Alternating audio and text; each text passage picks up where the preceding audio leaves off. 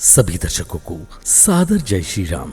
साथियों, आज का प्रसंग है ऋषि विश्वामित्र का पूर्व चरित्र। भगवान राम से मिथिला के राजपुरोहित शतानंद जी विशेष रूप से प्रभावित हुए।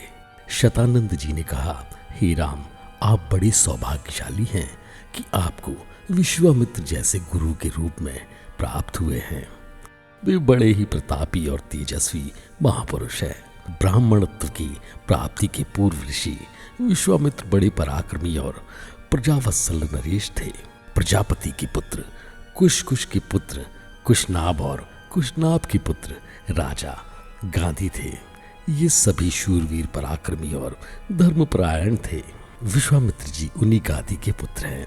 एक बार राजा विश्वामित्र अपनी सेना के साथ वरिष्ठ ऋषि के आश्रम में गए। चूंकि उस समय वशिष्ठ जी ईश्वर भक्ति में लीन होकर यज्ञ कर रहे थे, विश्वामित्र जी उन्हें प्रणाम करके वहीं पर बैठ गए। यज्ञ क्रिया से निवृत्त होने पर वशिष्ठ जी ने विश्वामित्र जी का बहुत आदर संस्कार किया और उनसे कुछ दिन आश्रम में ही रहकर आतिथ्य ग्रहण करने का अनुरोध किया।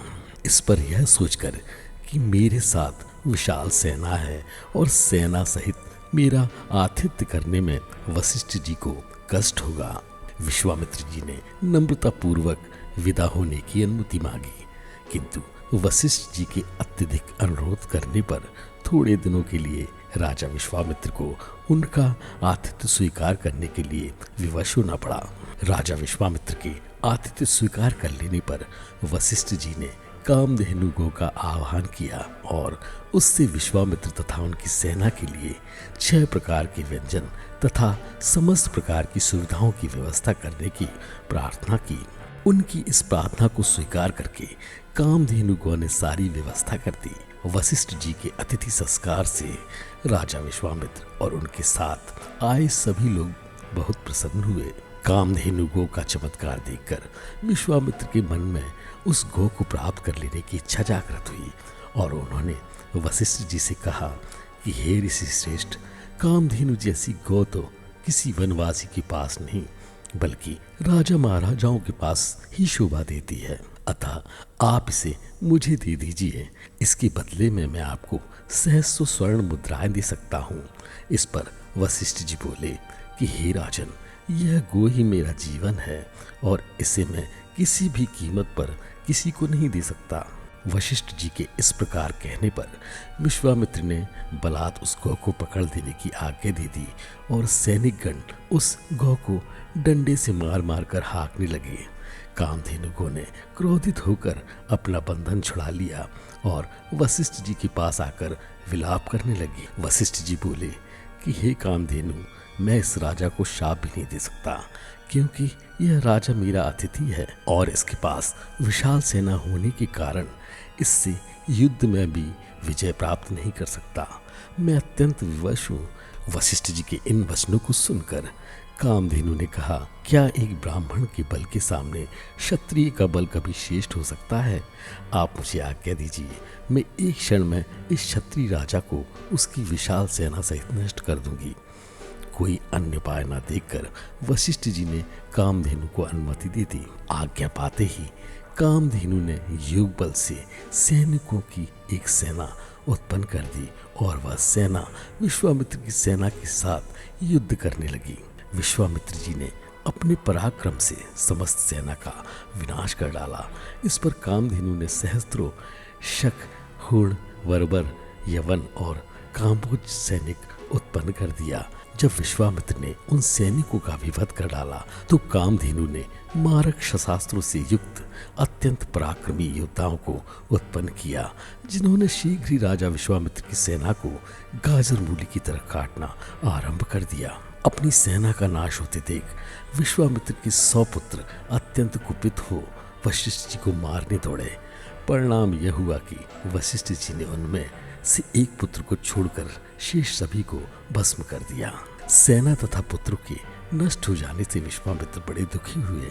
अपने बचे हुए पुत्र का राज तिलक कर वे तपस्या करने के लिए हिमालय की कंदराओं में चले गए। वहां पर उन्होंने कठोर तपस्या की और भगवान महादेव जी को प्रसन्न कर लिया। महादेव जी को प्रसन्न पाकर विश्वामित्र जी ने उनसे समस्त दिव्य शक्तियों के साथ संपूर्ण धनुर्विद्या के ज्ञान का वरदान प्राप्त कर लिया। इस प्रकार संपूर्ण धनुर्विद्या का ज्ञान प्राप्त करके विश्वामित्र बदला लेने के लिए वशिष्ठ जी के आश्रम में पहुंचे। वशिष्ठ जी को ललकार कर उन पर अग्निबाण चला दिया। अग्निबाण से समस्त आश्रम में आग लग गई और आश्रमवासी भयभीत होकर इधर उधर भागने लगे। वशिष्ठ जी ने भी अपना धनुष संभाल लिया और बोले कि मैं तेरे सामने खड़ा हूं, तो मुझ पर वार कर। आज मैं तेरे अभिमान को चूर चूर करके बता दूंगा कि शास्त्र बल से ब्रह्मा बल श्रेष्ठ है। क्रोध होकर विश्वामित्र ने एक के बाद एक आग्नेयास्त्र, वरुणास्त्र, रुद्रास्त्र, एदास्त्र तथा पाशुपास्त्र अस्त्र एक साथ छोड़ दिए, जिन्हें वशिष्ठ जी ने अपने मारक अस्त्रों से मार्ग में ही नष्ट कर दिए। इस पर विश्वामित्र ने और भी अधिक क्रोधित होकर मानव मोहन, गांधर्व, जूभण, दारण, ब्रज, ब्रह्मपाश, कालपाश, वरुणपाश, पिनाक, दंड, पेशाच, कौच, धर्मचक्र, कालचक्र, विष्णुचक्र, वायवय, मंथन, कंकाल, मूसल, विथाथर, कालास्त्र आदि सभी अस्त्रों का प्रयोग कर डाला। वशिष्ठ जी ने उन सबको नष्ट करके ब्रह्मास्त्र छोड़ने के लिए जब अपना धनुष उठाया तो सब देव किन्नर आदि, किंतु वशिष्ठ जी तो उस समय अत्यंत क्रोधित हो रहे थे। उन्होंने ब्रह्मास्त्र छोड़ ही दिया। ब्रह्मास्त्र की भयंकर ज्योति और गगनभेदी नाद से सारा संसार पीड़ा से तड़पने लगा। सब ऋषि मुनि उनसे प्रार्थना करने लगे कि आपने विश्वामित्र को परास्त कर दिया है, अब आप ब्रह्मास्त्र से उत्पन्न हुई ज्वाला को शांत करें। इस प्रार्थना से द्रवित होकर उन्होंने ब्रह्मास्त्र को वापस बुलाया और मंत्रों से उसे शांत किया। पराजित होकर विश्वामित्र मणिहीन सर्प की भांति पृथ्वी पर बैठ गए और सोचने लगे कि निसंदेह शायबल से ब्रह्मबल ही श्रेष्ठ है। अब मैं तपस्या करके ब्राह्मण की पदवी और उसका तेज प्राप्त करूंगा। इस प्रकार विचार करके वे अपनी पत्नी सहित दक्षिण दिशा की ओर चल दिए। उन्होंने तपस्या करते हुए अन्न का त्याग करके केवल फलों पर जीवन यापन करना आरंभ कर दिया। उनकी तपस्या से प्रसन्न होकर ब्रह्मा जी ने उन्हें राजर्षि का पद प्रदान किया। इस पद को प्राप्त करके भी यह सोचकर कि ब्रह्मा जी ने मुझे केवल राजर्षि का ही पद दिया, महर्षि देवर्षि आदि का नहीं, वे दुखी ही हुए। वे विचार करने लगे कि मेरी तपस्या अब भी अपूर्ण है, मुझे एक बार फिर से घोर तपस्या करनी चाहिए।